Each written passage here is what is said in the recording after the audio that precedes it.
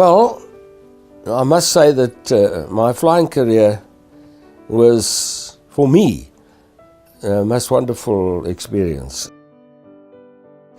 And of course, spent a couple of days, or I think it was about 2 weeks in Cairo, and then off to Shandor, the 70 OTU for the B-26 Marauder, which we had seen. I saw it in Malakal one day in Sudan there on the way up, and there were Yanks there with it. It was a brand new Marauder, and we had a look at this, and we thought, how on earth are we going to fly this 2,000 horsepower Pratt & Whitney engines, little wheels?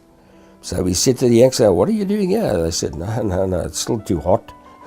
And with this wing loading, we can't get off here until the sun goes down. I thought, oh, lovely. So anyhow, I landed up at Shandor, and I had an Australian instructor mainly there by the name of Flying Officer Ledbetter. And of course, fortunately, I passed and became a qualified bomber pilot. So anyhow, we landed Bari and waiting for Dead Man's Shoes now. And eventually I get sent via Termoli, that's Campo Marino, where 12 Squadron was based. And I was going to 12 Squadron and then to Pescara. So we moved in as the Germans moved out. We moved in there. I, of course, as a second lieutenant, was in the tent. I definitely wasn't in the building. And everything, went pretty normal. I used to go up to the ops tent in the morning. But now I'm just on standby. I'm a new rookie. I'm a Sprague from 70 OTU. And off goes the squadron to a place called Montevideo. I think it was just south of Florence. And we were away. It used to take about an hour and a half the ride. So we were sitting there waiting for the aircraft to come back.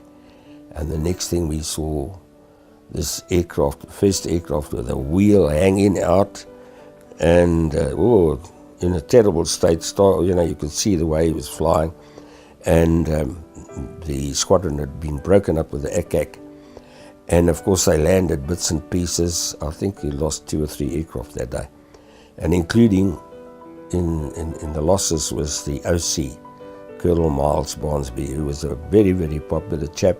He'd done 2 tours up there. He came from Durban originally, a wonderful chap. He never came back, and of course the crew. So it was rather a sad night in the pub, as usual, having lost so many of the fellas. Now somebody's got to take over. So there was a Captain Adler there. So he said, no, he's quite capable of taking over, and which he did.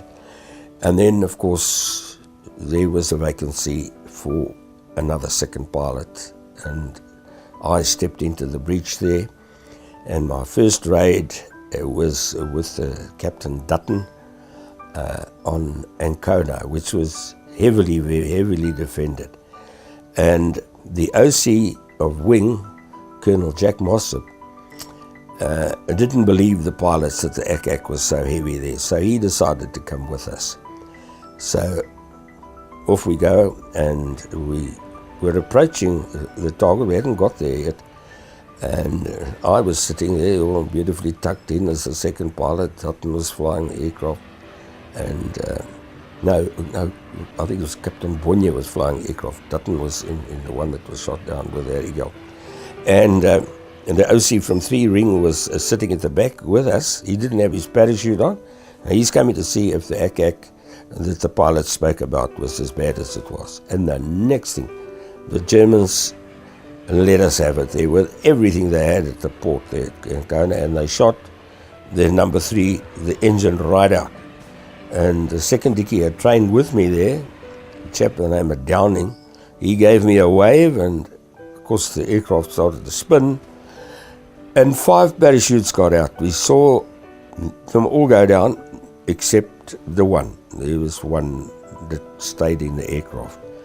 Anyhow, we got back to the squadron, and the usual debriefing, we reported it, and it was my first experience of ACAC. And It was sad that we had lost these 6 chaps, but they thought that the 5 would survive, and I believe they did actually. In any case, the number 6 did, because about 3 weeks later, we were sitting in the mess, and who should walk in?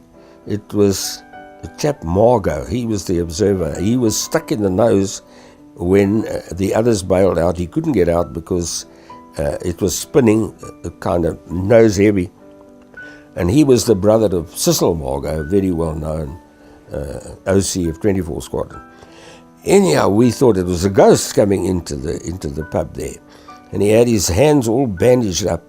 He had clawed his way out of the nose of the aircraft and messed up all his fingernails and what have you.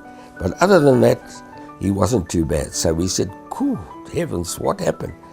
So he said, no, he eventually got out of the aircraft, and of course he landed in a mealie field there, or some kind of a field. And he could hear the German motorbikes, looking for him. They watched him come down, all the chutes come down there. And fortunately, Italians took him in, and they kept him there for about 2 weeks, and eventually smuggled him down through the lines, and there he was back in 12th Squadron. So that was one of my first experiences, of ACAC.